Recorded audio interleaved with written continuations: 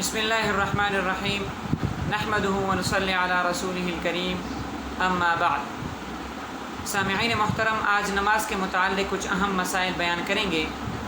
تو سب سے پہلا مسئلہ یہ ہے کہ نماز کے دوران آسمان کی طرف دیکھنا یہ مکروہ ہے، کیونکہ آپ صلی اللہ علیہ وسلم کا ارشاد ہے کہ جو لوگ نماز کے دوران آسمان کی طرف دیکھتے ہیں یا تو ان کی بینائی جاتی رہے گی یا کمزور ہو جائے گی۔ دوسرا مسئلہ نماز فجر کے متعلق ہے کہ ایک آدمی نماز فجر میں مشغول ہے، نماز کے درمیان میں یا نماز کے بالکل آخر یعنی قاعدہ آخرہ میں اس دوران سورج نکل آیا، تو اب اس کی نماز کا کیا حکم ہے؟ تو اس کی نماز کا حکم یہ ہے کہ اس کی نماز فاسد ہو گئی، اس کا دوبارہ ادا کرنا لازم اور ضروری ہے۔ تیسرا مسئلہ آفس کے متعلق ہے کہ آفس میں جماعت کرانا کیسا ہے؟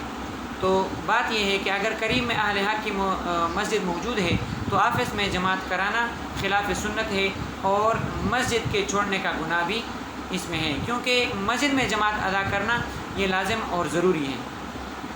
بس یہ آج کے 3 مسائل تھے۔